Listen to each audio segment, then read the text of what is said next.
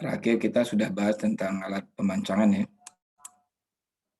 Sekarang kita lanjutkan dengan alat pemecah batu atau stone crusher ya. Ada beberapa hal yang kita akan bahas di sini. Yang pertama adalah tipe alat pemecah batu, yang kedua persentase cat, yang ketiga produksi alat pemecah batu, lalu perlengkapan stone crusher plan lainnya, kemudian jenis ayakan dan produksi ayakan dan ukurannya. Nah, jika kita lihat dari alat pemecah batu itu dikelompokkan atas 3 kelompok. Yang pertama primary crusher, yang kedua secondary crusher, dan yang ketiga adalah tertiary crusher. Ya. Nah, primary crusher ini terdiri dari jaw crusher, lalu giratory crusher, dan hammer mill. Lalu secondary itu terdiri dari cone crusher, roll crusher, dan hammer mill crusher. Gitu ya. Lalu tertiary crusher itu ada roll crusher, ada rod mill, dan kemudian ada ball mill. Nah, kalau dilihat dari skemanya, ya kira-kira gambarannya seperti ini. Jadi, batuan bisa diambil dari sungai atau dari gunung gitu ya, yang diambil melalui peledakan, kemudian masuk ke dalam feeder. Nah, dari feeder ini masuk nanti ke primary crusher. Dari primary crusher itu diayak, ya, melalui ayakan. Nanti sebagian ada yang menjadi produksinya kalau ukurannya lebih kasar gitu. Nah, kalau kita pengen ukuran yang lebih halus, nanti masuk ke secondary crusher. Nah, nanti dari secondary diayak lagi, nanti akan menghasilkan batuan yang kita butuhkan sesuai dengan lubang ayakannya. Nah, nanti terakhir masuk ke tertiary. Nah, ini biasanya hasilnya sudah berupa abu batu ya. Jadi di terakhir di sini produksinya berupa abu batu nanti. Nah, jaw crusher gambarannya seperti ini nih. Ini adalah jaw crusher. Jadi ada jaw ya. Kalau jaw itu seperti rahang. Ini rahang itu ya ada yang bergerak, ada yang tetap. Nah, ini yang tetapnya ya. Ini yang bergerak. Ini bergeraknya maju mundur ya. Maju mundur begitu akibat putaran roda ini. Jadi roda ini nanti diputar oleh mesin. Nah, bagian atasnya ini kita sebut dengan opening, bukaan ya.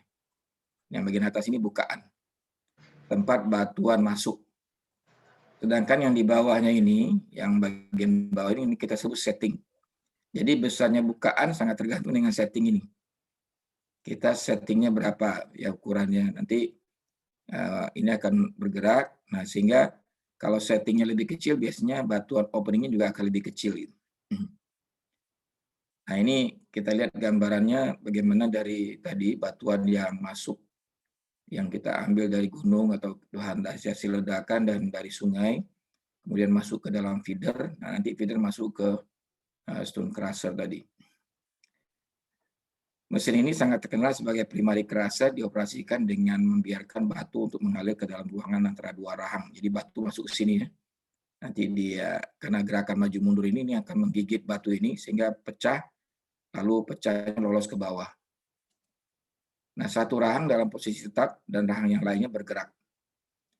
Jarak antara dua rahang mengecil sebagai lintasan batu turun ke bawah di bawah pengaruh gravitasi dan gerakan rahang sampai pada akhirnya langsung lewat pada bukaan bawah yang tadi yang kita sebut setting tadi. Nah, gerakan rahang cukup mampu menekan batuan sampai pecah. Jadi memang gerakan rahang ini bisa memecah batu yang masuk ke dalamnya.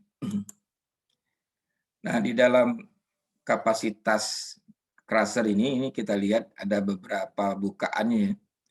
Jadi ini kolom pertama ini menunjukkan ukuran crusher. Nah, ini ada dua ukuran ya. Yang tidak dalam kurung itu dalam ukuran inci. Sedangkan yang dalam kurung adalah ukurannya dalam milimeter. Ya, jadi ini misalnya 10 kali 16, 10 kali 20, 15 kali 24 itu dalam inci. Ya. Kalau dalam milimeternya 2,54 mili, 406 mili ya. 254 mili, 508 mili, dan seterusnya. Lalu ini maksimum RPM. RPM itu rotasi per menit. Jadi dalam 1 menit berapa kali dia berputar gitu.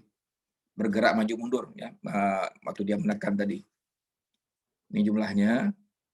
Sedangkan ini maksimum daya yang dibutuhkan. Jadi untuk menggerakkan mesin itu tadi bisa menggunakan motor listrik atau motor bensin.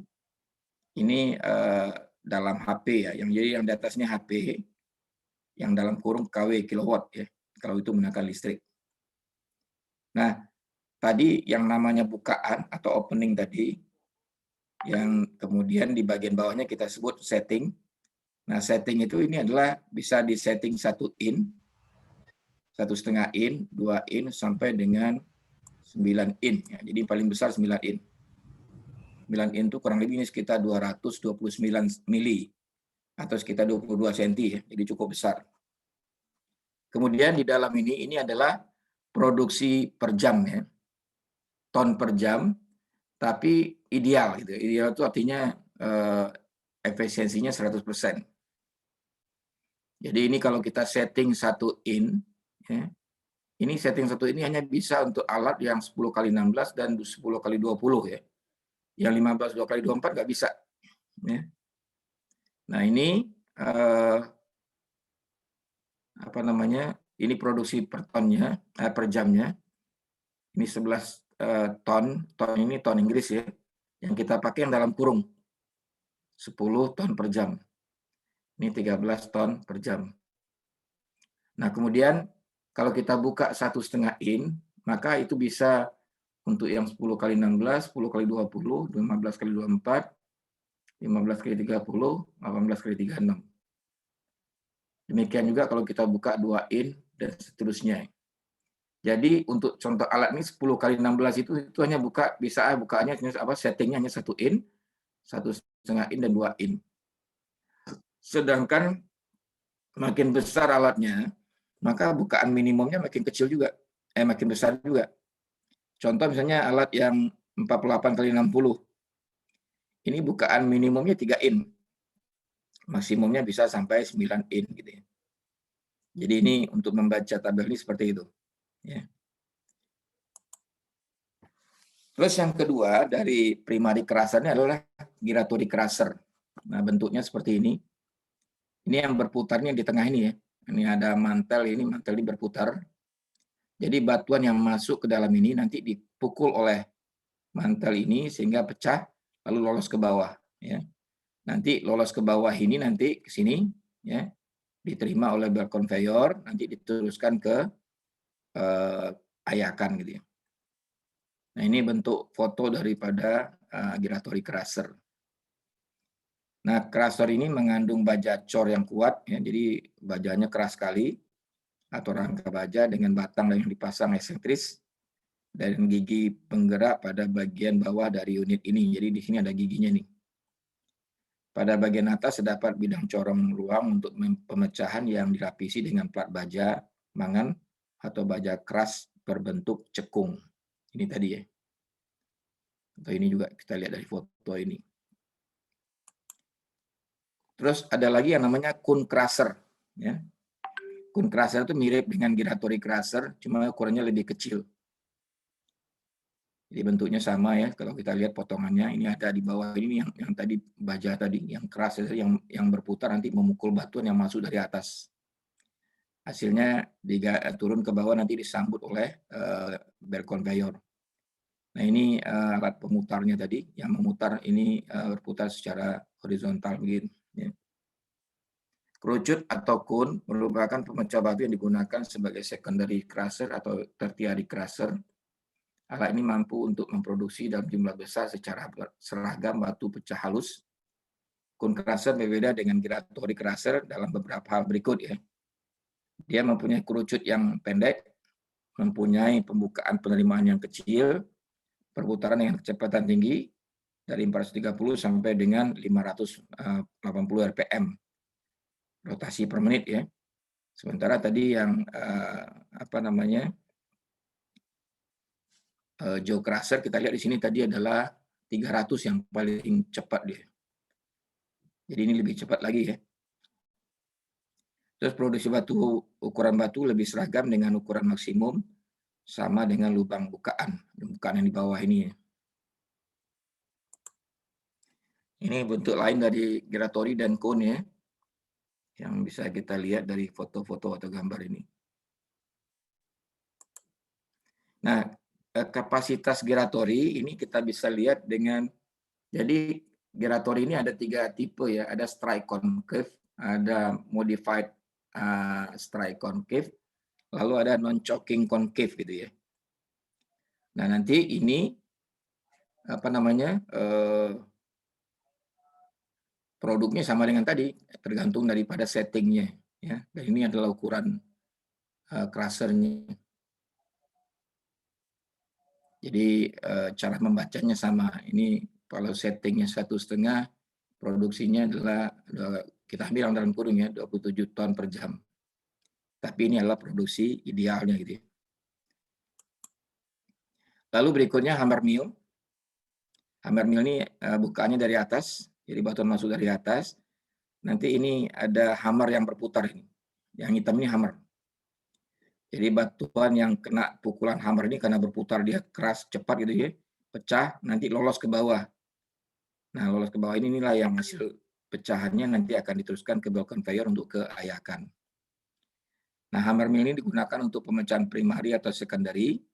Bagian dasar dari unit termasuk rangka rumah satu poros mendatar yang diperpanjang sampai rumah gitu ya, sampai ini rumahnya ini. Jangan jumlah lengan dan hammer yang melekat pada lingkaran yang dihubungkan pada poros satu atau lebih baja mangan ini ya. Yang hitam tadi ini lengannya nih. Atau plat pemecah dari baja keras lainnya ya. Dan sebuah urutan dari batang penghalang yang mengatur jarak yang mungkin disesuaikan untuk mengatur jarak pembukaan di mana batu yang dihancurkan mengalir. Jadi ini yang diatur jarak ini. Sehingga nanti yang masuk ke sini adalah yang lolos dari setting tadi. Nah, kapasitasnya kita lihat dari sini. Jadi tiap ukuran itu bisa menghasilkan macam-macam. Ya ini pada setting 1/8, 3/6. Jadi kalau kita lihat ininya settingnya dia lebih kecil daripada giratori maupun dari hammer mill, apa jaw crusher gitu ya. Cara membacanya sama dengan tadi, kita ambil yang dalam kurung ya, itu adalah produksinya dalam ton per jam ideal ya, ton per jam ideal. Berikutnya rock crusher, ini juga termasuk untuk secondary ya, digunakan untuk memproduksi penambahan pengurangan ukuran dari batu setelah dari quarry atau sumber batu. Kemudian rock crusher ini memiliki rangka baja cor besar yang dipasang dengan 2 roda baja keras ya. Ini rodanya itu nih, yang ini satu sama ini yang di bawah ini. Beberapa crusher juga dibangun setiap roll yang digerakkan secara bebas oleh penarik sabuk, datar, atau V-belt. Satu dari roll dikaitkan dengan pada bingkai luncuran untuk mengatur pengaturan lebar bukaan masukan antara 2 roll. Gerakan roll adalah semi muatan untuk menjaga keamanan terhadap kerusakan pada roda ketika jebakan besi atau material yang tidak dapat dipecahkan lainnya melalui langsung ke mesin. Jadi cara kerjanya seperti ini. Jadi model rollnya ada yang bergerigi gitu ya, dua-duanya bergerigi, ada yang satu bergerigi satu polos atau smooth gitu ya, ada satu gerigi satu smooth begini. Ini giginya berbeda. Nah ini yang dua-duanya smooth ya. Jadi batuan nanti masuk seperti ini. Ini adalah sudut gigitnya ya. Jadi batu yang ini ukuran A ini diameternya nanti akan digigit dia, lalu dengan putaran berbarengan ini nanti akan dipecah. Ya. Nah nanti lolos ke bawah ini, yang lolos ini C ini settingnya nih. Ya. Jadi kira-kira cara kerjanya seperti itu. Nah ukuran maksimum material yang akan masuk ke dalam crusher langsung harus diproporsional dengan diameter dari rock crusher. Jika dimasukkan mengandung batu yang cukup besar, maka roll tidak akan menggigitnya dan menariknya langsung ke crusher. Jadi dia tidak akan tergigit nih kalau dia besar, karena dia akan berputar-putar di sini, hanya taruh di sini. Sudut gigit pada gambar ini ya, yang memperlihatkan roll yang halus dan konstan mempunyai sudut gigit 16 derajat ini. Jadi beta ini kira-kira 16 derajat. Jadi dia mulai menggigit itu pada saat ini. Maksimum ukuran vertikal yang dapat dipecahkan dapat ditentukan dengan rumus berikut. R radiusnya, ini R-nya, B adalah sudutnya, ya sudut gigitnya, D besarnya D adalah D itu ini. Ini kalau kita lihat kan sisi di bawah dari segitiga ini ya. Ini bisa dihitung kan dengan R dikali dengan cos B ya. Cos B gitu ya. Jadi D ini bisa dihitung R dikali dengan cos B. Kosinus maksudnya. Nanti dapatnya 0,9575. Lalu A maksimum ukuran masukan. Ini A ini ukuran daripada batuannya. Lalu C setelan roll. Jadi ini settingnya C. Maka kita akan dapatkan X ya. X itu adalah selisih antara A dengan C. Sama dengan R dikurang D. R dikurang D itu adalah X. Ya. Ini kan kita lihat di sini nih. Ini kan garis tegak lurus ya. Supaya ini jadi segitiga dia. Kalau dia segitiga bisa kita hitung ukuran D. Sehingga kalau kita ingin mencari berapa besarnya X, itu adalah R-nya adalah ini tadi, dikurang dengan D. Ya. Sama dengan R dikurang 0,9575 dikali dengan R-nya. Sehingga dapatnya adalah 0,0425 R. A ini adalah sama dengan 2X ditambah dengan C. Kiri kanan ya, X tambah dengan C. Jadi sama dengan 0,085, berarti 2 kali ini, 2 kali X ditambah dengan C tadi. Jadi settingnya berapa, sudut ininya kita tahu nanti sekian, maka kita akan dapatkan. Jadi nilai yang dibutuhkan ini adalah nilai R dan nilai C-nya. C settingnya, R itu adalah radiusnya. Ya, dengan tahu dua konstanta atau angka itu kita akan dapatkan berapa nilai A-nya. A-nya adalah batu yang bisa masuk ke dalam crusher ini. Dan kalau kita lihat dari tabel produksinya, ini kira-kira tabelnya. Cara membacanya sama seperti tadi. Ada ukuran crusher, kecepatannya, lalu maksimum dayanya. Nah, berbeda dengan Joe ya. Ini hampir semua settingnya itu bisa untuk semua jenis alatnya. Karena dia hanya mengatur jarak C-nya tadi atau R-nya tadi.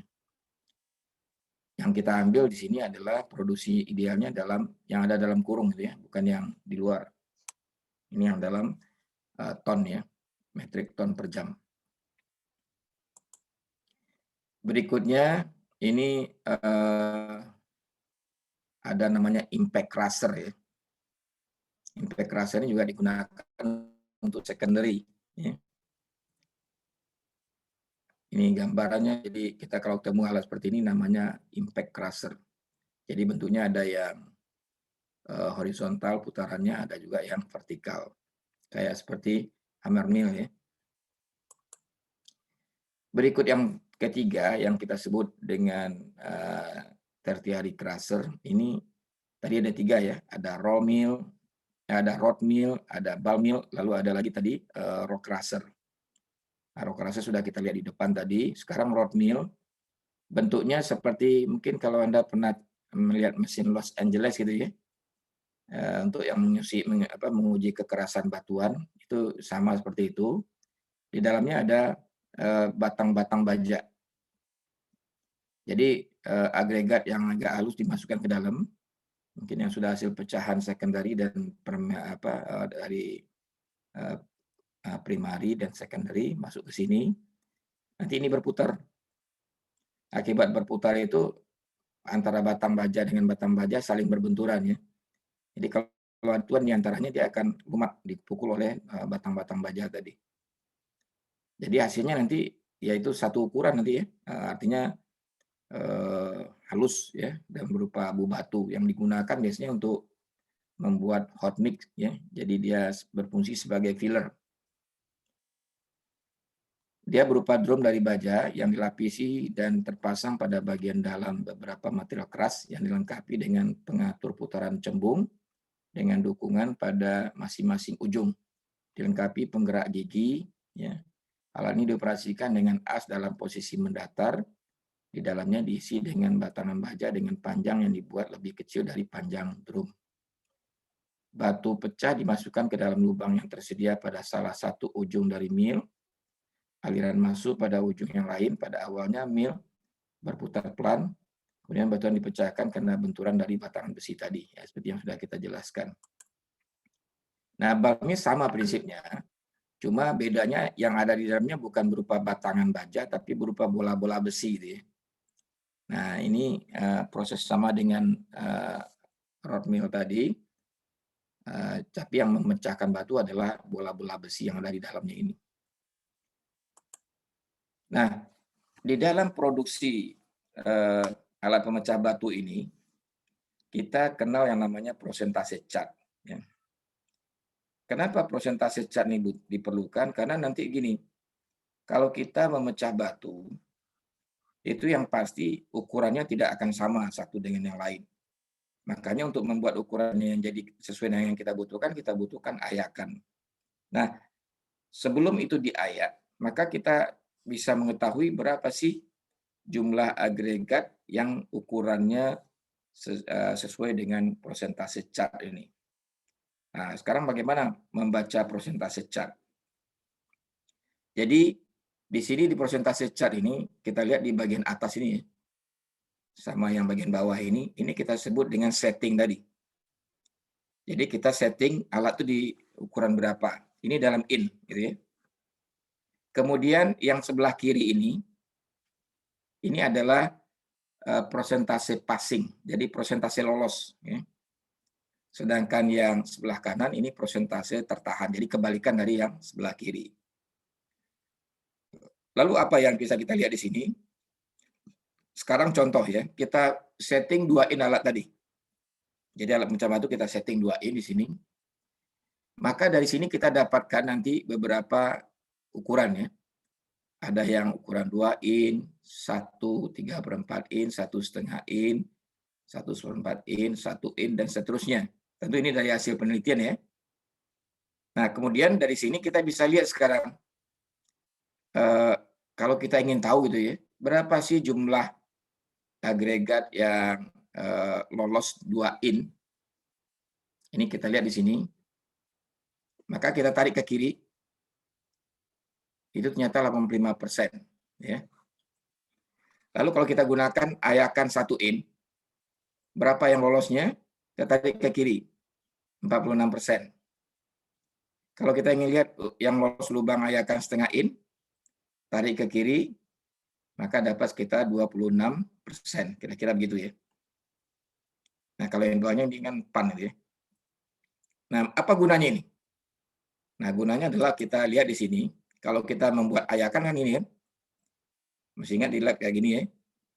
Ini ayakan yang menggunakan vibrasi, di bawahnya sekali disebut pan, ini kita pasang misalnya setengah in, ini kita pasang 1 in, yang di atasnya kita pasang 2 in.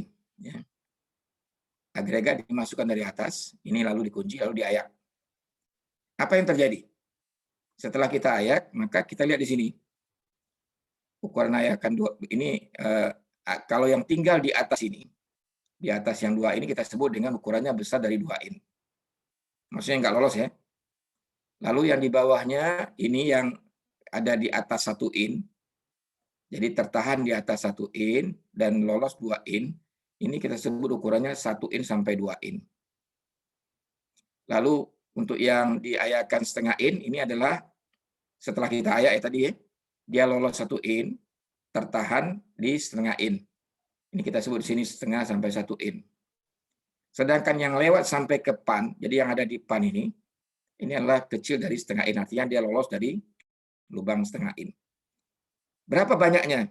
Nah, banyaknya adalah tadi sesuai dengan persentase cat tadi, untuk yang besar dari 2 in adalah antara 85% sampai 100%.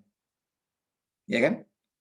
185 sampai 100%, makanya kita buat di sini 85% sampai 100%. Lalu yang di sini, yang antara 1 sampai 2 in, kita lihat di sini. Ini 1 in di sini, 2 in di sini. Berarti dia adanya di 46% sampai dengan 85%. Ya. Kemudian yang setengah sampai 1 in, antara 26 sampai 46%. Jadi berarti antara ini Ya ini setengah in tadi kan, ini 1 in, setengah in di 26%, 1 in di 46%, maka yang ada di atas ayakan setengah in, lolos 1 in adalah 26 sampai 46%. Sedangkan yang kecil dari setengah in, lolos semua ke bawah, itu antara 0 sampai 26%.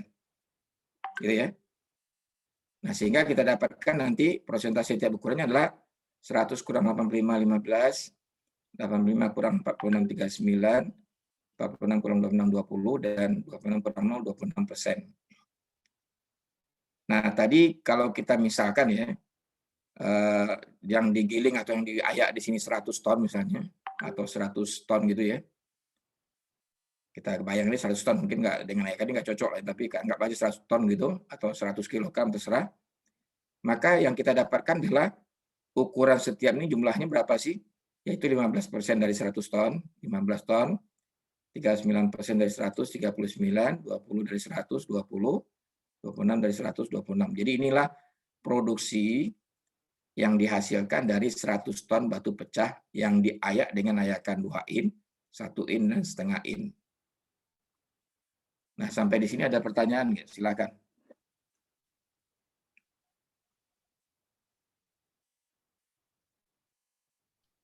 Belum, Pak.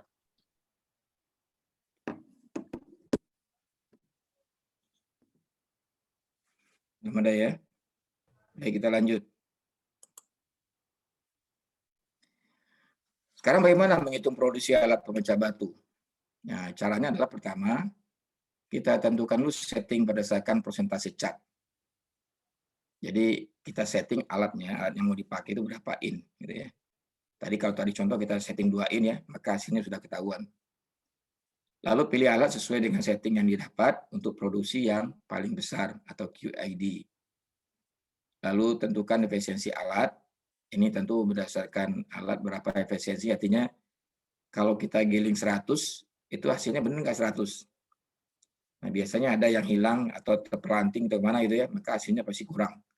Jadi efisiensinya adalah hasil yang bersih dibagi dengan masukannya yang digiling ini. Terus tentukan persentase ukuran melalui persentase cat untuk setiap ukuran seperti yang tadi kita bahas barusan. Lalu hitung persentase setiap ukuran.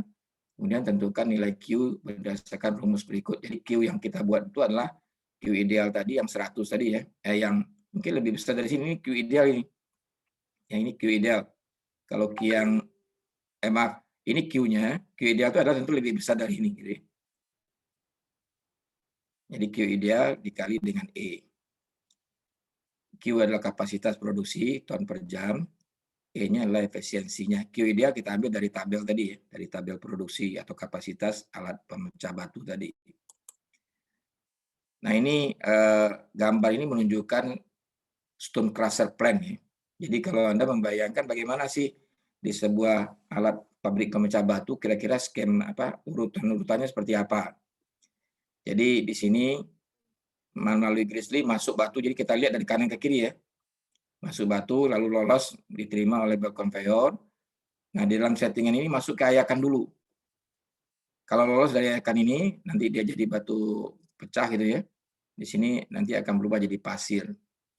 Nah, yang nggak lolos terus ke sini, nanti masuk ke primary crusher. Ini sini kita gunakan jaw crusher. Nah, jaw crusher nanti lolos, dia diteruskan ke belt conveyor, naik ke atas, lalu diteruskan ke ayakan. Ya, ayakannya yang paling besar di atas, urutan kedua dan urutan ketiga gitu, terusnya ke bawah. Nah, yang tidak lolos di sini nanti diteruskan lagi ke roll crusher. Jadi roll crusher ini fungsinya adalah secondary. Nanti pecahan dari sini masuk ke belt conveyor dan diteruskan seperti tadi. Jadi apa yang kita lihat di sini? Bahwa antara jaw crusher dengan roll crusher atau antara primary crusher dan secondary crusher itu kerjanya paralel gitu ya. Kecuali yang pertama tadi masuk itu mungkin belum, tapi pada saat dia sudah berjalan semuanya, maka ini akan kerja paralel. Jadi produk ini sangat tergantung dari produk kedua alat ini. Nah, untuk penerapannya kita lihat di contoh ini. Sebuah proyek memerlukan batu pecah ukuran 1-2 in sebanyak 1.800 ton. Ukuran setengah in sampai 1 in sebanyak 1.240 ton. Dan untuk primary dan secondary crusher digunakan jaw crusher. Jadi kita gunakan ini jaw crusher, ini juga jaw crusher gitu. Terus jam sewa alat Rp250.000 per jam. Jam kerja 8 jam per hari. Dan efisiensi alat kita buat 0,9. Yang maksud 0,9 itu adalah kalau masuk ke sini 100, maka keluarnya sini hanya 90 gitu. Yang 10 kemana? Ya, terpelanting atau pecah atau tertumpah kemana-mana. Gitu. Jadi kira-kira begitu maksudnya yang disebut dengan efisiensi ini. Pertanyaannya tentukan biaya dan waktu untuk memenuhi akan batu tersebut. Jadi kita harus cari nih untuk 1.800 ton ini dan 1.250 ton ini kira-kira dapatnya berapa sih biayanya dan berapa waktu yang dibutuhkan untuk memecahnya. Nah, untuk itu pertama kita tentukan dulu untuk memecah batu pada primary crusher digunakan jaw crusher. Nah, jaw crusher ini untuk memenuhi kebutuhan ukuran 1-2 in dari persentase cat, produksi yang paling banyak adalah pada setting 2 in. Maksudnya apa? Jadi kalau kita mau cari yang 1-2 in, kita lihat di persentase cat. Nah ini ya. Itu yang paling panjang tuh set 1-2 in kan ini yang kita lihat ya. Kita cek di antara setting yang ada, maka yang paling panjang itu adalah ini, di setting 2 in. Buktinya gini ya, ini coba Anda perhatikan gambar ini. Ini satunya di sini, duanya di sini. Kalau kita buka 2/4, satunya di sini, duanya di sini. Nah, jarak lihat ya, jarak 2 ini dengan 2 ini kan cukup besar kan? Dan jarak satu ini dengan satu ini tidak terlalu besar ini. Artinya ini lebih pendek dari ini. Ya. Yang ketiga, ini duanya di sini, satunya di sini. Nah, ini apalagi nih? Lebih pendek lagi ya. Yang bukaan 2,5 in, ini duanya di sini, satunya di sini. Jadi di antara yang kita bandingkan ini, maka yang paling panjang itu ini, yang paling banyak produksinya tentunya ya. Maka dengan demikian kita tetapkan settingnya 2 in. Ya, itu dasarnya mengapa kita ambil 2 in.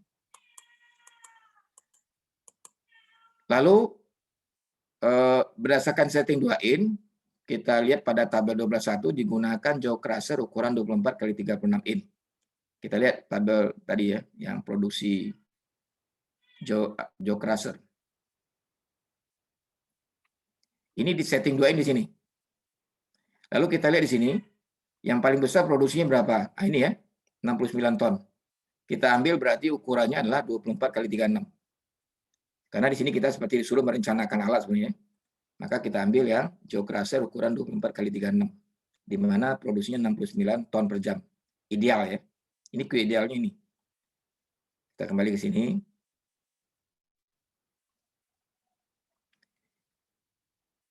Oke. Ini ya, 69 ton. Efisiensi tadi 0,90, berarti didapat Q-nya 0,9 dikali 69. Inilah Q-nya, 62,10. Lalu hasil pemecahannya kita uraikan dalam bentuk yang dibutuhkan tadi kan 1-2 in, setengah sampai 1 in. Nah, ini kita gunakan berarti untuk mendapatkannya kita gunakan apa? Ayakan 2 in dan ayakan 1 in serta ayakan setengah in.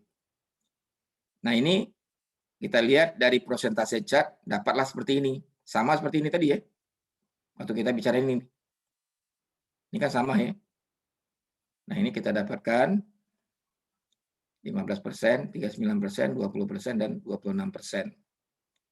Nanti Q-nya 62,1, kita kalikan ini. Didapatlah ini ya. Nah, produksinya yang mana? Untuk yang 1-2 ini kita anggap Q1-nya atau produksi pertama dari primary crusher itu ya, 24,22 ton.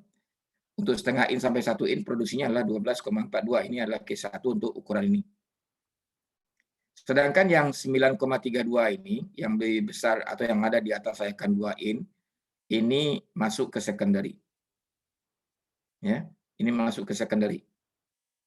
Nah, inilah yang akan menjadi input bagi secondary. Karena tadi sudah dikatakan ya, yang tidak lolos nanti akan diteruskan ke secondary. Jadi bukan segini masuknya ke secondary ya, bukan Q-nya ini. Tapi adalah yang sebanyak yang lolos dari ayakan yang tertahan di atas 9 di atas ayakan 2 in tadi. Nah, kita lanjutkan. Jadi dari hasil kita dapatkan tadi batu pecah yang masuk ke secondary adalah 9,32 ton, ukuran 1 sampai 2 in dapat 24,22 ton, ukuran setengah sampai 1 in adalah 12,42 ton. Untuk secondary, berdasarkan Q, ini 9,32 ton, digunakan jaw crusher ukuran 10x16. Maksudnya apa? Gini, kita akan mecahkan sebesar ini kan. Lalu berapa ukuran jaw crusher yang kita pilih? Kita lihat kata lagi tadi. Nah ini, tetap di setting 2 in ya. Yang bisa memecah tadi 9 tadi kurang lebih kan ini kan, yang paling kecil ini, 18 ton ini. Berarti gini yang kita ambil.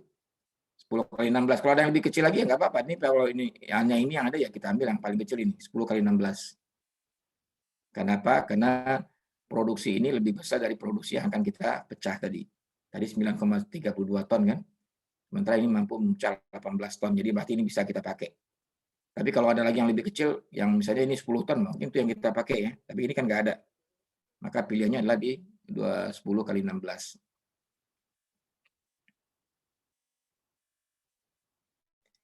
Nah, dari sini kita dapatkan tadi QID-nya 18 ton per jam. Kalau kita lihat dari rumus tadi, bahwa Q itu sama dengan QID dikali dengan efisiensinya. Jadi 0,9 dikali 18 ton, kira-kira 16,2 ton per jam. Lalu kita hitung sekarang dengan menggunakan tabel. Tadi sama ya, kita tetap setting layakannya 2 in, 1 in dan setengah in. Kita hitung persentase ukurannya melalui persentase chart tadi. Dapatlah persentase tiap ukuran. Nah, yang kita masukkan ke sini bukan yang 16,2. Kenapa? Karena yang lolos itu hanya 9,32. Berarti inilah yang masuk ke secondary. Jadi ini maksudnya jangan sampai Anda salah masukin ya. Bukan ini yang masuk. Ini kapasitasnya, kemampuannya. Tapi yang masuk itu agregat adalah 9,32 ton. Yang lolos tadi dari ayakan 2 in tadi.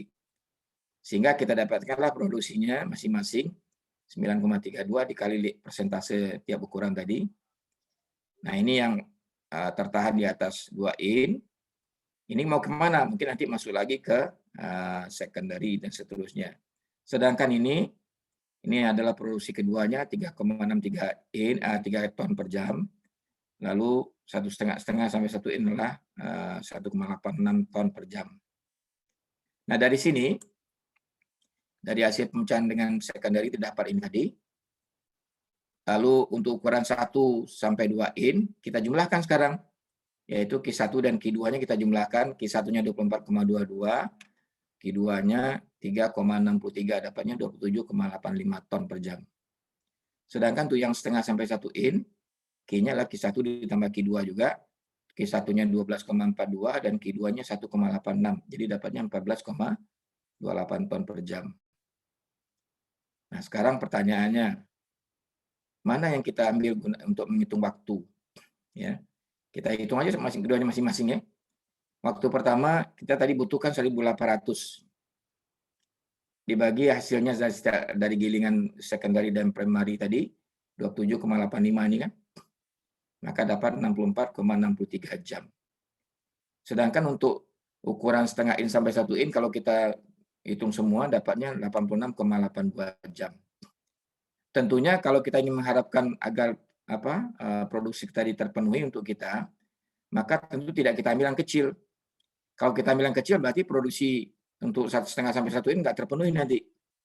Maka kita ambil waktu yang paling besar, 86,82 jam. Sehingga biaya yang kita hitung 86,82 dikali 250.000 dapatnya 21 juta. Waktu pemecahannya berapa? Ya sama, kita ambil waktu ini ya 86 dibagi dengan 8 jam per hari. Dapatnya kurang lebih sekitar 11 hari. Nah, itulah caranya kita mendapatkan produksi dari crusher tadi, baik untuk ukuran yang 1 sampai 2 in maupun ukuran yang setengah sampai 1 in. Ingat ya konsepnya ya. Yang dimaksud dengan 1 sampai 2 itu adalah lolos 2 in, tertahan 1 in. Sedangkan yang setengah sampai 1 in adalah lolos 1 in, tertahan setengah in. Jadi yang ada di atas hayakan setengah in, yang ada di atas hayakan 1 in. Baik, sampai sini ada pertanyaan dulu? Silakan.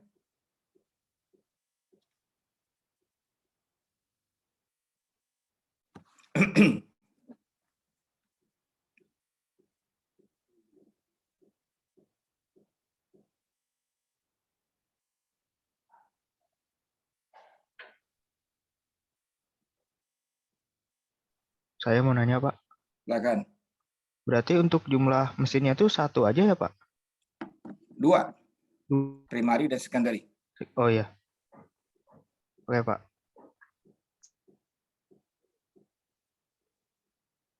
Yang lain?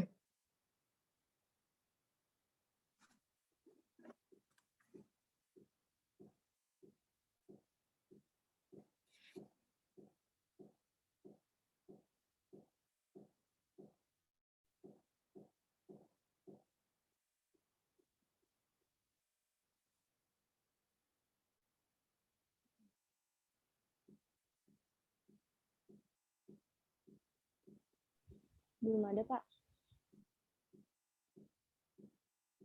Nggak ada ya.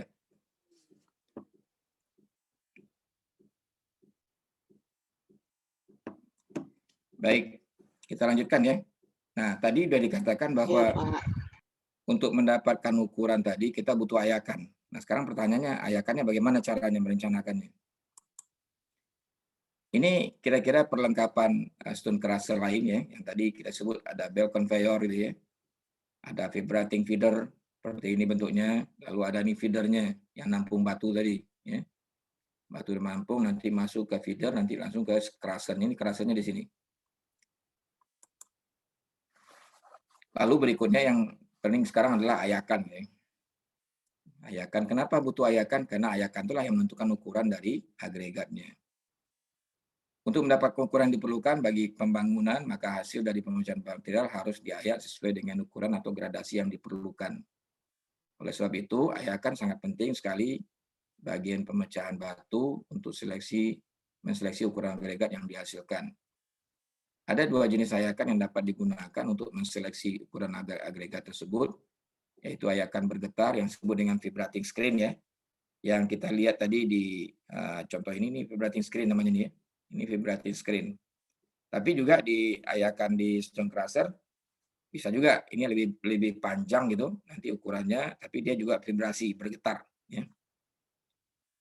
Lalu yang kedua adalah ayakan yang berputar revolving screen. Nah, ini kira-kira yang revolving screen seperti ini nih. Ya. Jadi dia berputar, nanti isi selimutnya ini adalah lubang ayakan ini. Nah, ini kita punya berapa keuntungan ya dibandingkan dengan jenis ayakan yang lain, khususnya ketika digunakan untuk mencuci dan mengayak pasir dan kerikil. Lalu operasinya adalah pelan dan sederhana, dan biaya perawatan dan perbaikan rendah jika agregat yang akan dicuci mengandung lanau atau lempung.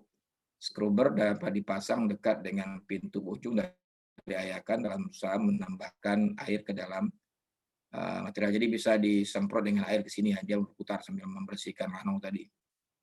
Pada saat yang bersamaan air disemprotkan pada agregat yang bergerak langsung di ayakan. Nah, gambar ini memperlihatkan ayakan berputar dengan scrubber dalam operasi.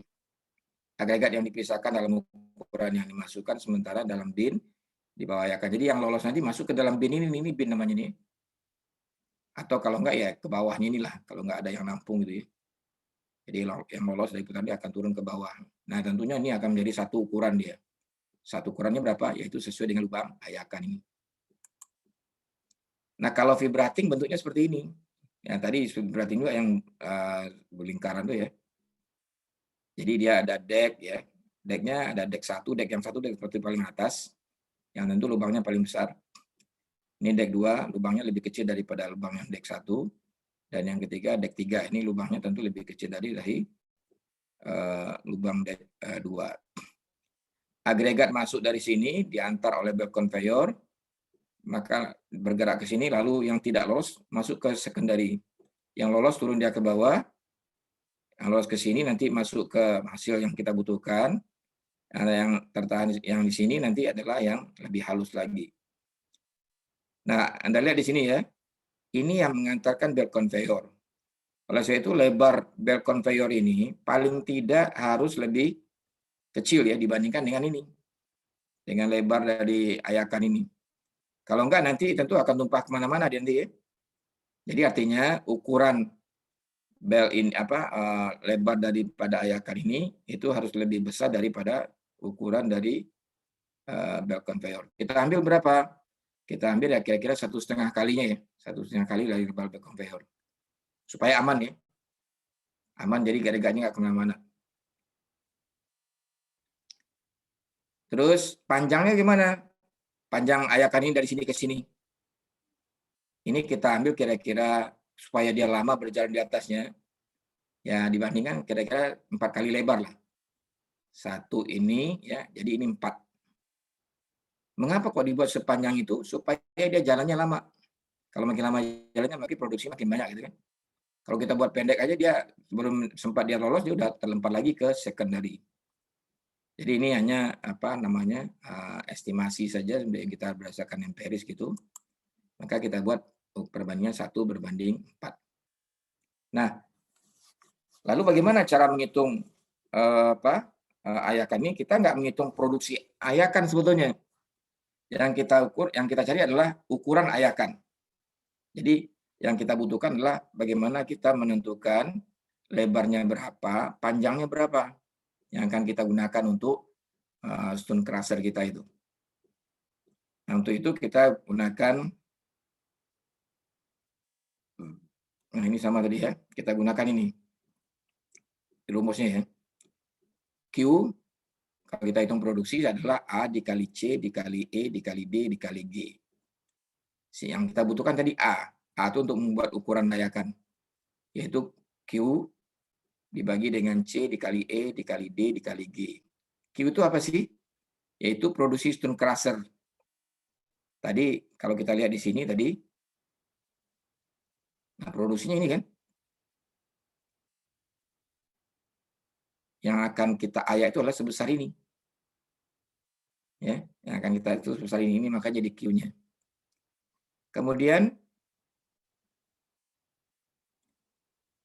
C-nya apa? C itu adalah kapasitas teoritis ayakan. Dari mana kita lihat? Dari tabel 21. Nah ini kapasitas teoritisnya. Jadi gini cara lihatnya ya. Ini adalah ukuran lubang ayakan yang bawah. Yang sebelah kiri itu adalah nilai C-nya atau kapasitas daripada produksi ayakan ini. Di sini ada 2 kurva ya. Ada kurva batu pecah yang menurus. Ada pasir dan kerikil, ini batu alam ya. Ini yang putus-putus. Nah, tadi kita katakan, lubang ayakan kita 2E. Berapa nilai C-nya? Tarik ke atas. Bertemu dengan kita batu pecah yang kita pakai ya. Bukan batu alam, kalau batu alam ke atas lagi. Tapi kalau batu pecah di sini, tarik ke kiri. Nah, dapatlah kurang lebih berapa nih? 3,7 atau 3,8 gitu ya. Nilai C-nya. Jadi dapat C itu ya. E itu apa? E itu adalah efisiensi ayakan. Ini kita lihat tabel 21 nih. Jadi kalau efisiensi ayakan kita 95%, maka faktor efisiensinya adalah 101 gitu ya.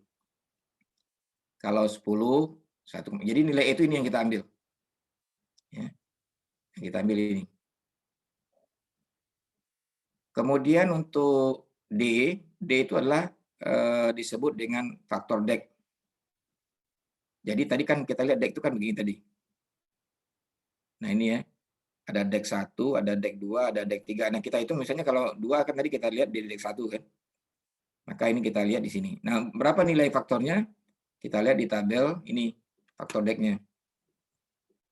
DEC 1 100, DEC 2 0,9, DEC 3 0,75, DEC 4 0,6. Nah, yang terakhir adalah G. G itu adalah agregat size factor. Bagaimana cara menentukan agregat size factor ini? Ini persentase agregat yang ukurannya setengah lubang ayakan. Jadi gini contoh ya. Kita mau menghitung lubang ayakan 2 in. Berarti setengah lubang ayakan berapa? 1 in kan? Sekarang kalau yang 1 in itu berapa yang akan melalui lubang 1 in? Nah, ini kita lihat dari ini tadi dengan persentase cat. Ini ya. Jadi kalau 1 in di sini berapa? Kurang lebih kita gunakan berarti 46%. Ya. Ya, yang akan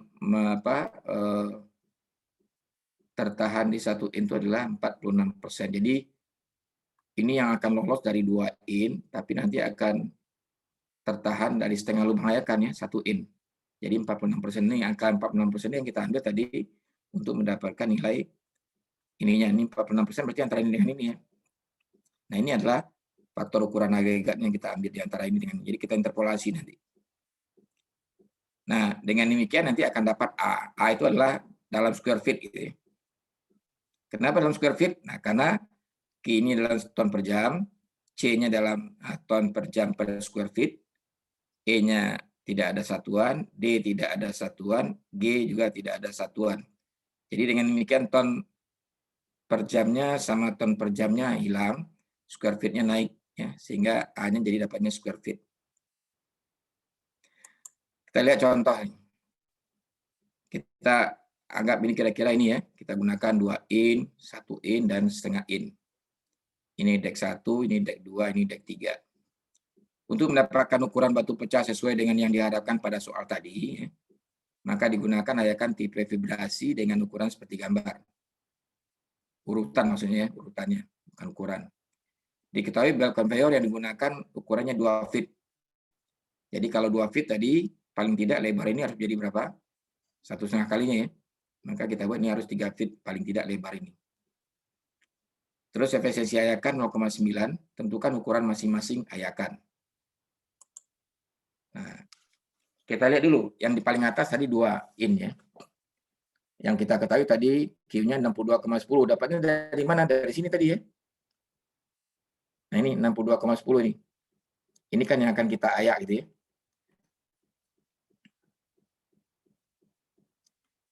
Dek 1, dia yang 2 ini ada disebut dek 1. Kenapa? Ya di sini di atas ini. Maka disebut dengan dek 1. C-nya 3,8 ton per jam. Dari mana kita dapatkan tadi? Dari kurva ini tadi. Ini ya. 2 in, tarik ke atas, batu pecah, tarik ke kiri, 3,8. D1. Jadi kalau deknya 1, D-nya jadi 1 ya, faktor deknya. Lalu E-nya 1,25, karena ini kan 0,9 tadi efisiensinya kan. Maka faktor efisiensinya adalah 1,25. Ya, 0,9, 1,25. Terus E, sudah dapat ya. E tadi 1,25. Agregat yang setengah lubang ayakan tadi 46% ya. Yang kita lihat dari tabel 12.3. Berarti kita interpolasi.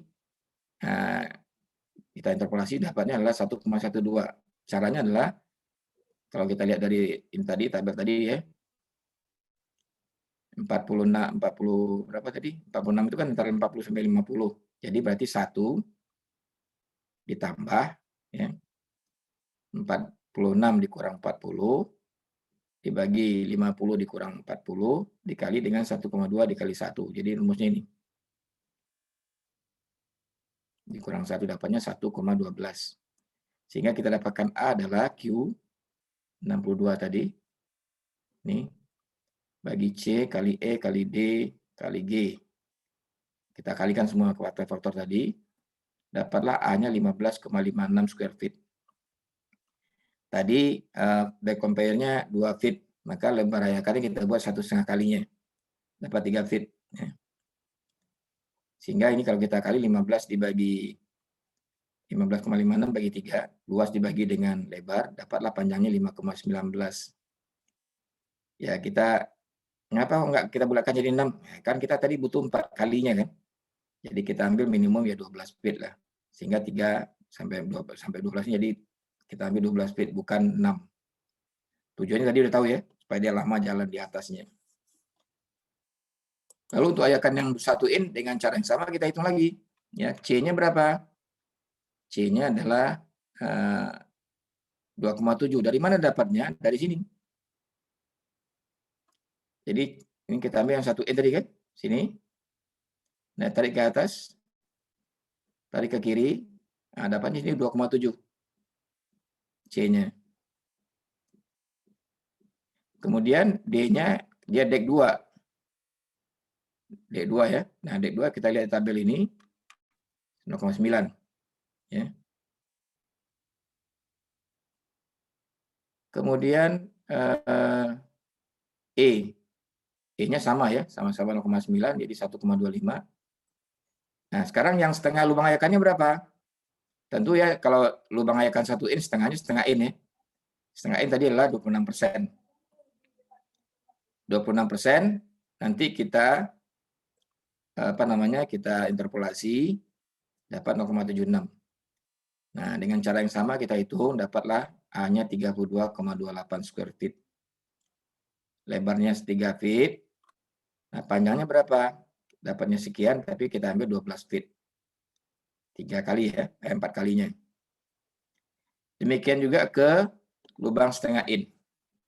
Dia ada di deck 3, kapasitasnya sama seperti tadi, ya. Setengah in, berarti kita ambil di sini ya, setengah in di sini berarti kan. Tarik ke atas, tarik ke kiri, ya. Jadi dapatnya kurang lebih tadi adalah 1,7 ton per jam. Deck faktornya dia di deck 3, nanti kita lihat ini yang 0,75, E-nya sama. Di sini kita dapatkan bahwa untuk G-nya kita interpolasi ya, karena dia 16%, karena yang kita ambil seperempat in ya, karena setengah dari setengah in, setengah dari lubang ayakan. Dapat 0,64, nanti kita dapatkan Q-nya, luasnya 60,88, lebar ayakannya 1,5 3 feet, sehingga kalau kita lihat panjangnya berapa? Nah, ini nggak bisa kita ambil 12, ya. Nggak apa-apa, kita bilangkan 21 feet. Ya, jadi di sini kan tadi 4 kalinya 12. Tapi karena di sini dibutuhkan 20,29, lebih besar dari 4 kalinya, ya kita ambil yang paling besar aja 21. Ya, 21 feet. Sehingga didapatlah ukuran ayakannya menjadi 3 dikali 21 feet.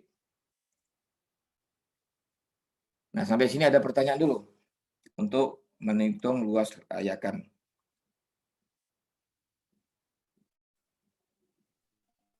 Maaf Pak, berarti decknya itu makin ke bawah makin panjang ya Pak? Iyalah, kalau enggak nanti kan kalau dia makin pendek kan berarti ada yang lolos nanti yang ukurannya lebih besar daripada agregat yang kita butuhkan. Coba Anda bayangkan ya, setengah in di bawah, Iya. di atasnya 1 in. Kalau 1 in-nya lebih panjang daripada setengah in gimana? Oh iya, banyak yang lolos di bawahnya. Ya, lolosnya 1 in ke bawah ya, tidak disambung oleh setengah in tadi. Ya. Iya Pak. Baik Pak.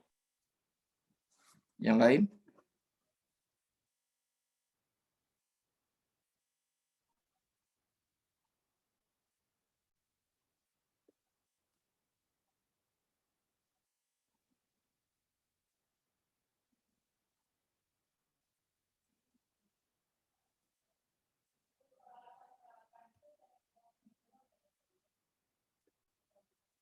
Oke, nggak ada. Baik. Terakhir, bagaimana kita menjaga agar produksi tadi tidak terjadi segregasi. Jadi kalau dari belt conveyor kita langsung tumpahkan ke bawah, maka nanti ini akan ada angin yang bertiup gitu dari kiri gitu ya. Sehingga nanti yang halus ada di sebelah kiri, yang kasar ada sebelah kanan nanti. Jadi terjadi pemisahan butir di sini ya. Nah, oleh sebab itu supaya jangan sampai itu terjadi, kita gunakan namanya rock ladder. Jadi rock ladder ini fungsinya adalah menjaga jangan sampai terjadi segregasi dari produksi alat ini. Nah, dengan demikian nanti dia akan bercampur dengan merata. Ya walaupun ukurannya katakan lolos setengah in gitu ya. Kan setengah ini bisa setengah in kurang berapa, setengah in kurang berapa, mungkin sampai ke yang kecil kan. Berarti kan beragam juga produknya kan. Nah, tapi untuk supaya jangan sampai keberagam yang tadi membuat dia terpisah antara yang kasar dengan yang halus, maka kita gunakan rock ladder sebagai alat untuk membantu tidak terjadi segregasi tadi. Ini bentuk rock ladder itu seperti ini nih. Ya, jadi dari ini teruskan ke sini. Ini dari mana dapatnya? Dari ayakan itu ya, dari hasil ayakan tadi. Nah, ini yang disebut segregasi seperti ini. Yang besar ada di luarnya kan, nanti yang dalamnya yang lebih halus. Kan yang kita butuhkan semuanya antaranya campur gitu ya. Pokoknya lolos setengah ini ya lolos setengah ini gitu. Nah, saya kira itu barangkali yang bisa kita bahas. Silakan kalau ada pertanyaan sebelum kita selesai.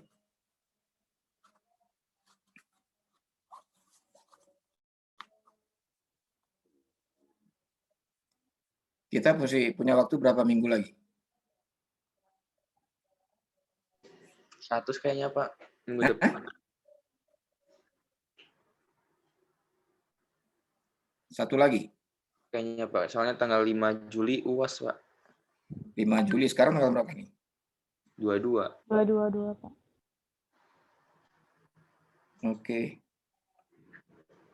Kalau gitu, kan kita kemarin ada 2 kali yang enggak ini ya, 1 kali kita tugas, 1 kali nih. Kita masih punya 2 materi lagi, yaitu alat pembuatan beton dan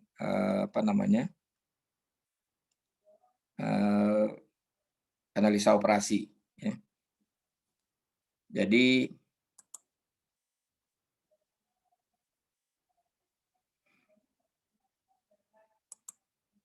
atau kita selesaikan aja dengan alat pembuatan beton sekarang ya. Jadi tinggal analisa operasi minggu depan.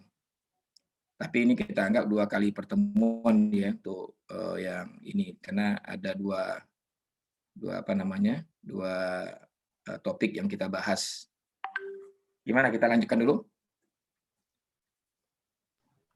Kita Boleh, lanjutkan dulu Pak. ya ke alat Iya, Pak. pemecah Nggak batu, apa-apa. pembuatan beton. Saya share materinya.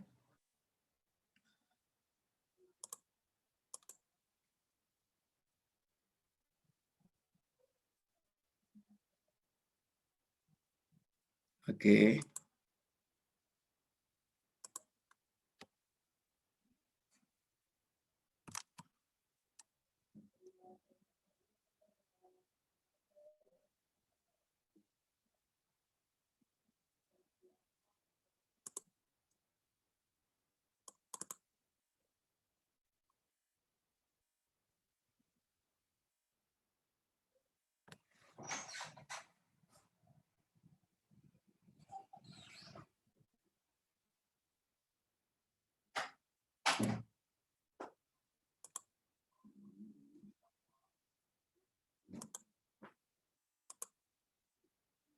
Ya, kita lanjutkan dengan alat pembuatan beton.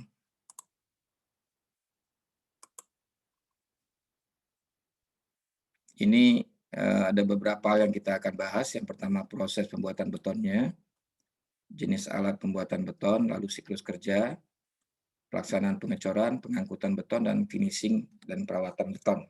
Ya. Ini ada bagian-bagian daripada concrete plan ini ya, yang kita sebut dengan batching plan gitu. Ada hydraulic support bag, ya, wheel system, groove type, conveyor belt, lalu mixernya sendiri, ya, bagging system ini untuk untuk penimbangannya, sistem penimbangannya, screw conveyor ini yang berputar-putar gitu, gas line system, dan silo ya, silo ini nih tempat menyimpan semen. Nah, kalau kita lihat proses pembuatan beton dimulai dengan ini agregatnya, agregat halus, agregat kasar gitu ya. Tapi tentunya di dalam pembuatan beton itu ada gradasinya.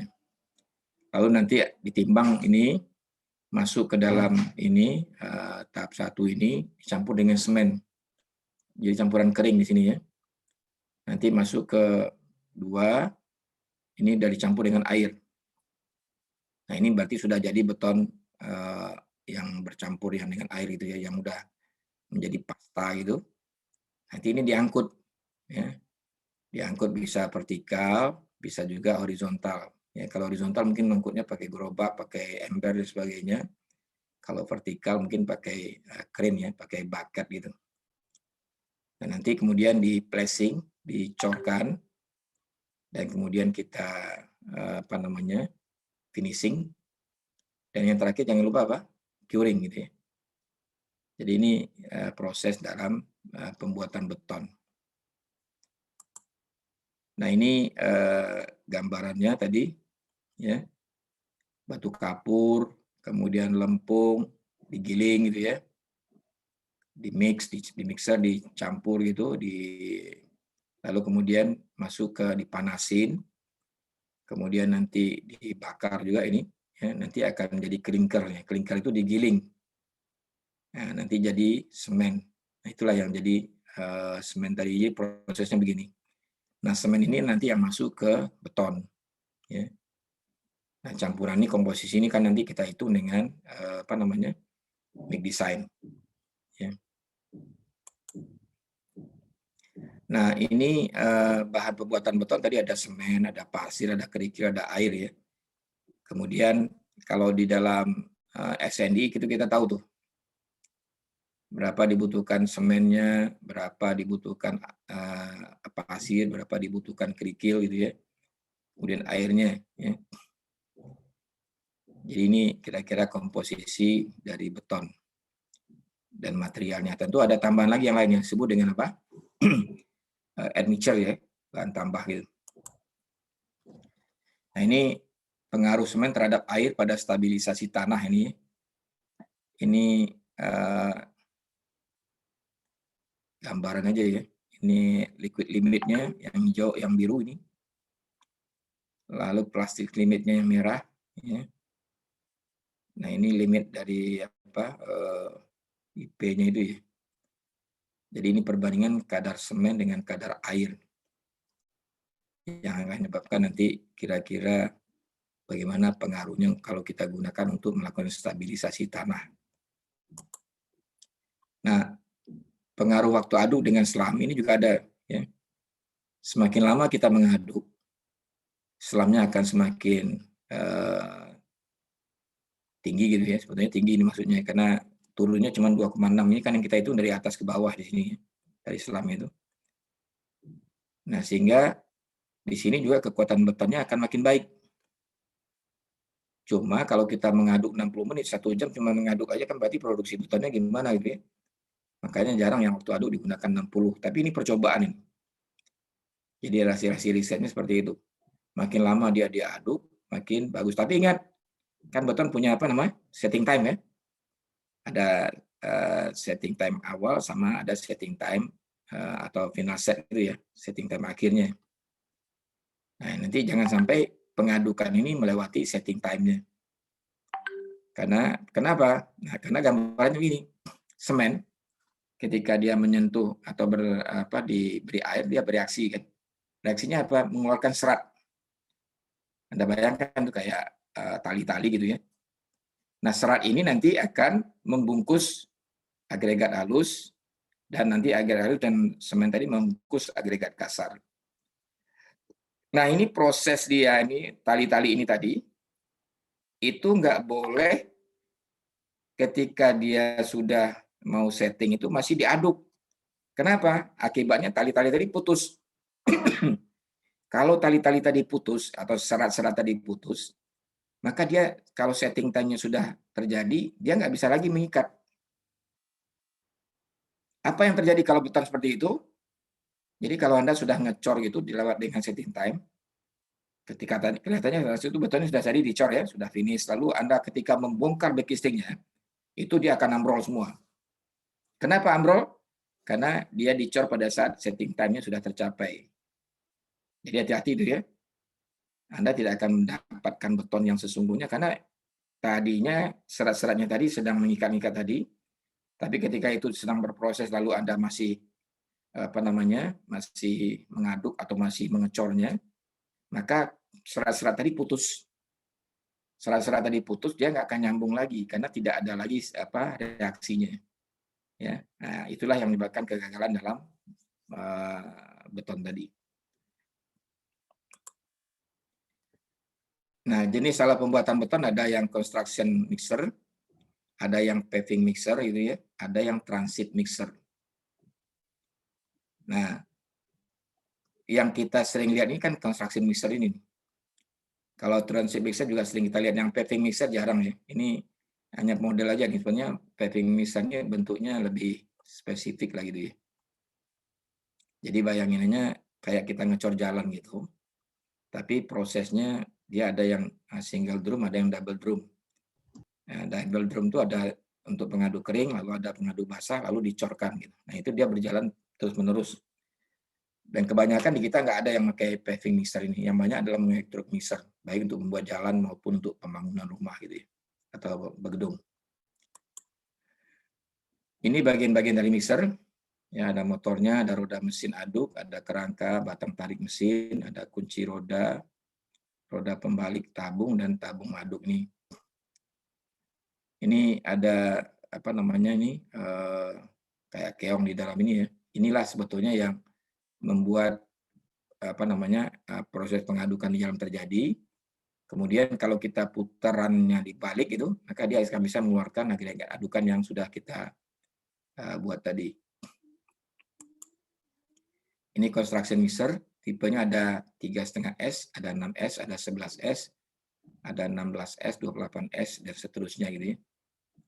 Terus dia bisa mengaduk 10% lebih besar. Artinya kalau kita buat posisinya agak tegak gitu, dia akan bisa mengaduk lebih besar daripada kapasitasnya. Nah, ini production construction mixernya.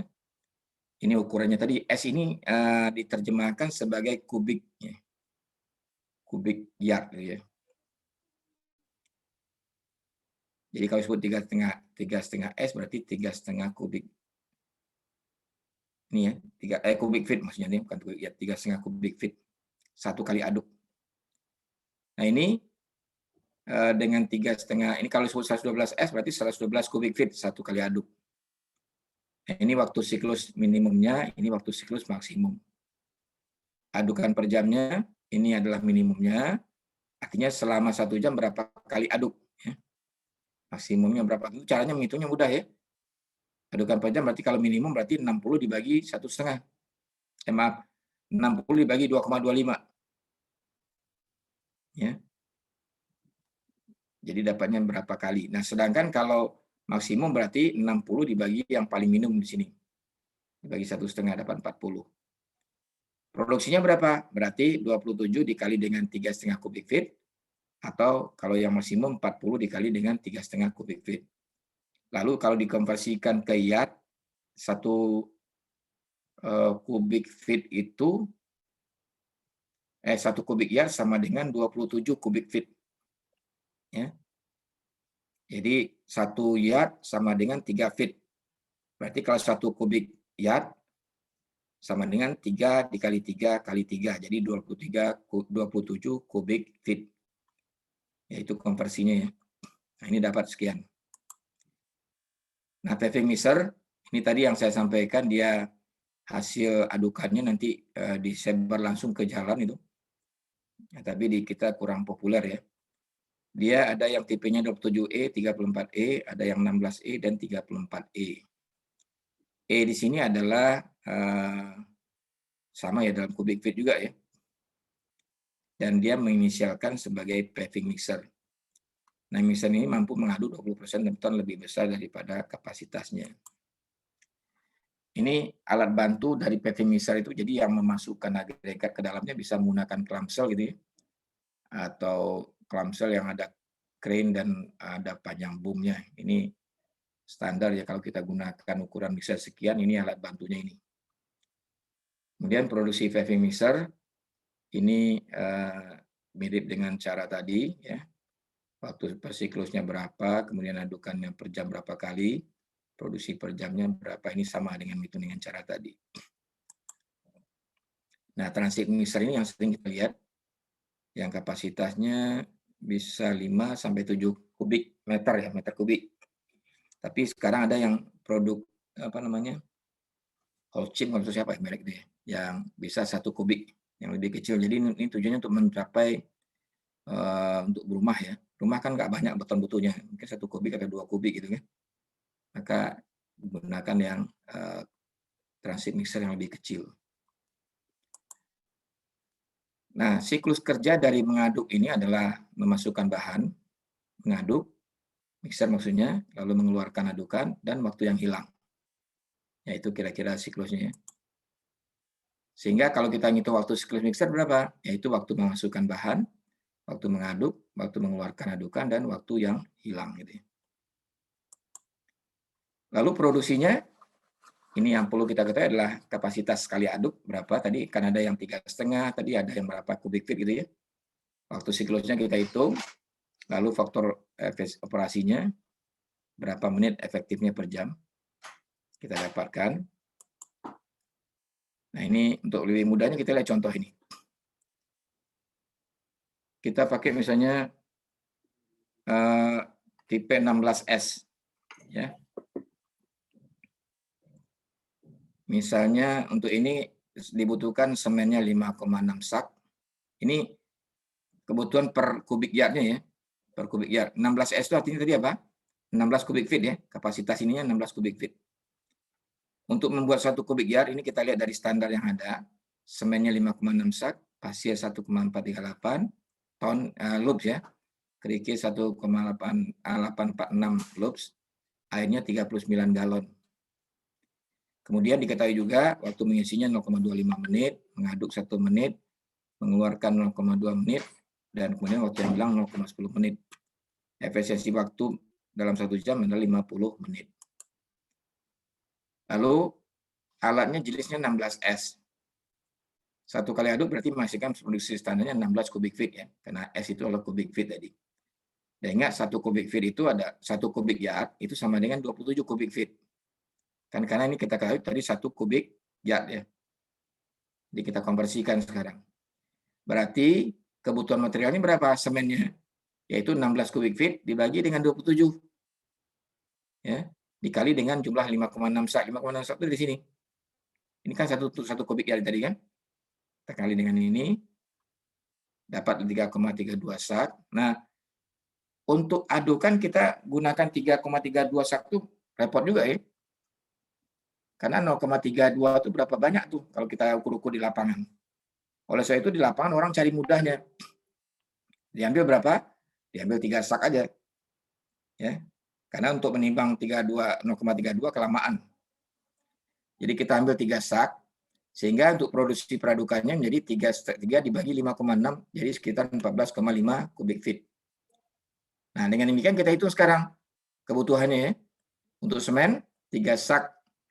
Tadi udah dihitung di atas ini, kita ambil 3 sak. Pasirnya 14,5 dibagi dengan 27 ini, 1 kubik feet. Dikali 1,4 ini dapatnya 771. Kerikil, sama, kita ambil segitu, dapat sekian, air sekian. Ya. Nah sekarang pertanyaannya, bagaimana nih cara menimbang yang 771 ini?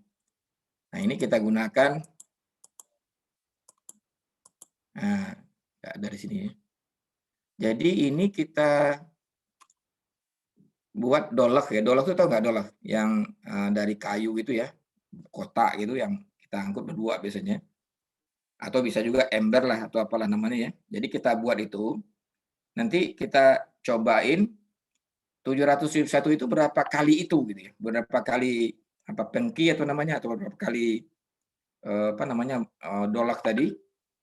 Lalu nanti itu yang kita buat. Jadi misalnya untuk 771 itu misalnya ada 6 pengki gitu ya, atau 6 dolak. Nah ini kita sebut ini pasir, kita buat 6 kali. Supaya tukang mudah kerjanya. Dia tinggal ngisi itu penuh lalu masukin ke dalam mixernya. Jadi dia tidak perlu lagi menimbang-nimbang ya, cukup dengan berapa jumlah itu. Kemudian sama dengan kerikil juga sama. Ya berapa kita buat ada 2 kotak gitu, kotak yang memberikan indikasi ini adalah pasir, ini kerikil gitu ya. Buat sekalian berapa kali, misalnya yang untuk pasir 6 kali, untuk ini 8 kali misalnya kan. Nah, sehingga si pekerja tinggal melakukan sesuai dengan instruksi tadi. Itu untuk mempercepat pekerjaan. Untuk apa? Agar waktu mengisinya lebih pendek gitu ya. Karena kalau disuruh nimbang dulu dia kapan selesainya ya, kayak nimbang gula gitu kan. Lalu air kita dapatkan ini juga sama, kita buat galonnya, nanti itu tinggal dimasukkan ke dalam mixernya. Kemudian kita hitung waktu siklusnya 0,25, 1, kemudian dapat 1,6. Sehingga waktu siklusnya dapat gitu ya. Tadi produksi per kapasitasnya juga dapat ini. Kita tinggal hitung, masukin ke dalam ya. 14,5 dikali 60 dibagi 1,6. 1,6 ini menit ya. Ini makanya 60. Tadi 50 menit per jam, jadi 50 per 60. Dapatlah produksinya per jam 16,7 kubik yard per jam. Ya. Jadi kenapa tidak? Tadi ini kan harusnya kalau 16 kubik gitu ya. Maaf, 16 kubik feet kapasitasnya. Sementara ini yang kita bisa apakan hanya 14,5 kubik feet. Sehingga produksi per jamnya kalau 14,5 kubik feet sekali aduk, dapatnya adalah 16,7 kubik yard. Inilah produksi sebenarnya dari alat pengaduk beton tadi. Sampai sini ada pertanyaan?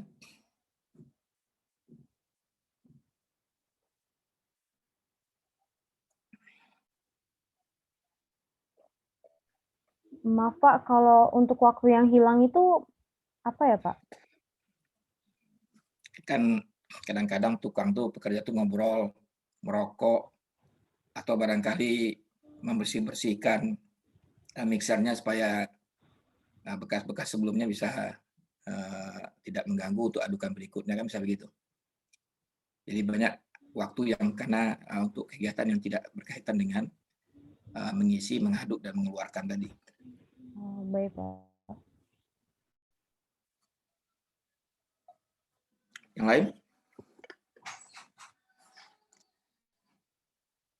Nggak ada? Tidak ada, Pak. Baik. Nah, berikutnya adalah pengangkutan dan pengecoran.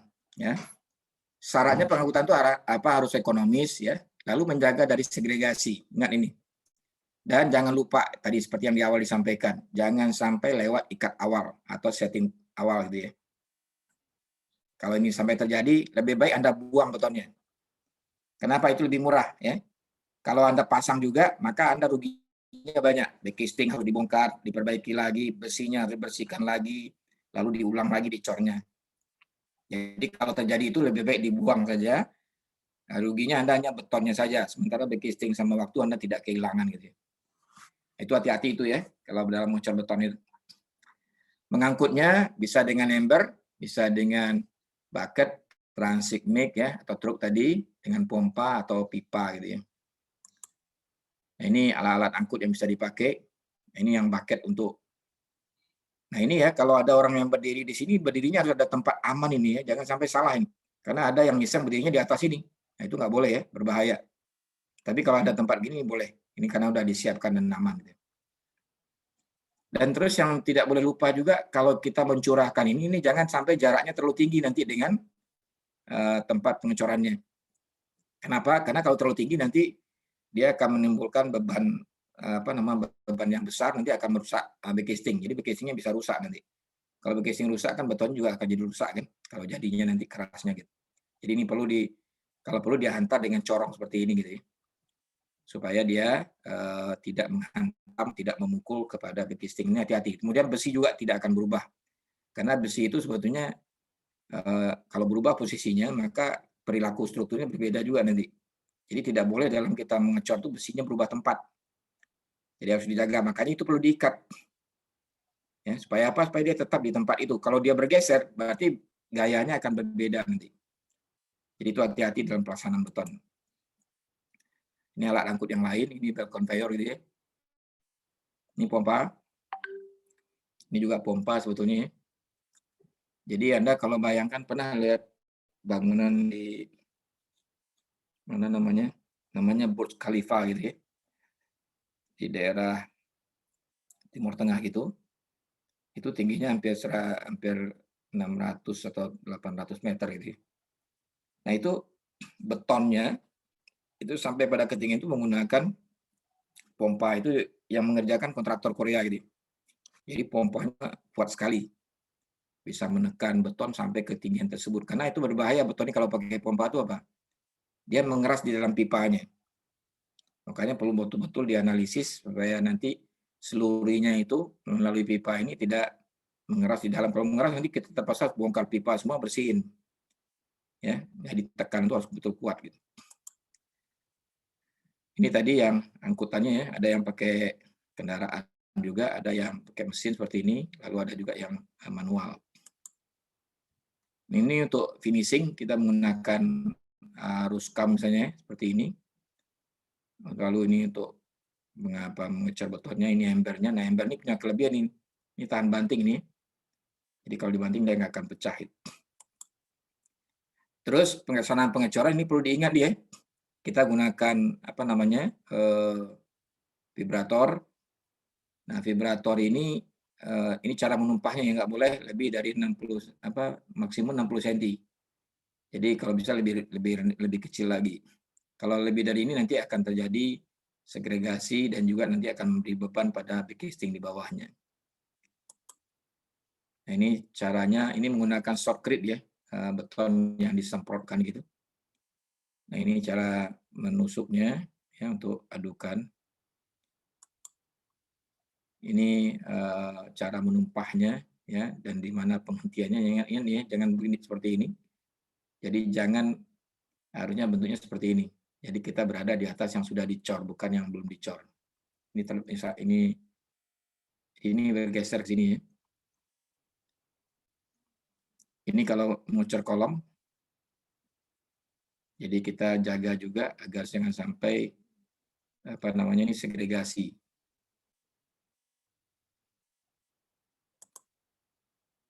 Ini ada tempat-tempat. Jadi jangan dari atas langsung saja kalau tombol kiri, maka kita buat ada lubang-lubang di tengah ini supaya nanti yang ini dengan ini kualitasnya nanti akan sama. Ya. Ini corong. Jadi ini trimil ya yang digunakan biasanya untuk pancang yang sudah kita lihat gitu. Ini sama ya. Jadi perhatikan posisi vibrator itu. Jangan sampai nanti malah tulangannya bergeser atau bisa juga terjadi segregasi.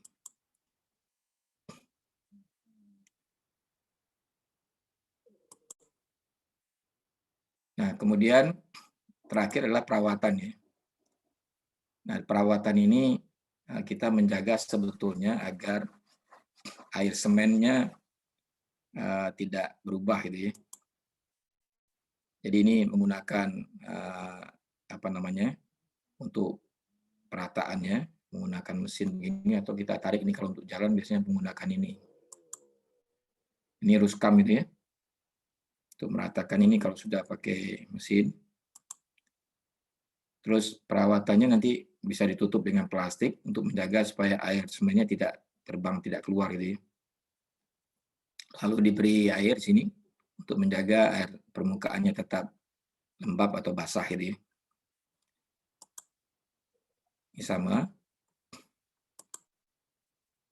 Nah, penggunaan konkrit vibrator ini banyak keuntungannya ternyata ya. Pertama, mengurangi air sampai pada tingkat yang diizinkan dalam semen dan agregat halus karena pasta semen lebih sedikit diperlukan. Kadar air yang rendah mengurangi shrinkage dan void. Beton kering mengurangi biaya finishing ke permukaan. Vibrator mekanik dapat menggantikan 3-8 tenaga kerja. Ya. Lalu kadar air semen yang rendah meningkatkan kekuatan beton. Pengeringan campuran beton memungkinkan pemindahan back casting lebih cepat. Akhirnya akan mengurangi biaya back casting. Ya. Ini posisi-posisi vibratornya. Ini alat vibrator yang digunakan biasanya untuk beton. Nah, saya kira itu yang kita bahas dari beton. Ada pertanyaan?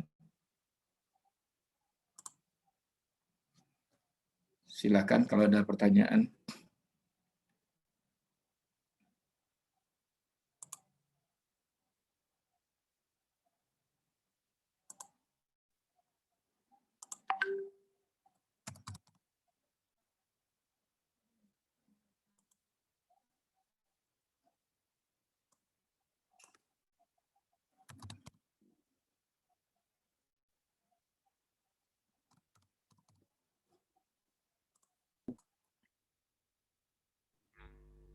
Tidak, Pak. Cukup ya. Kalau tidak ada, tolong ketua kelas siapa? Hadir semua atau ada yang nggak hadir?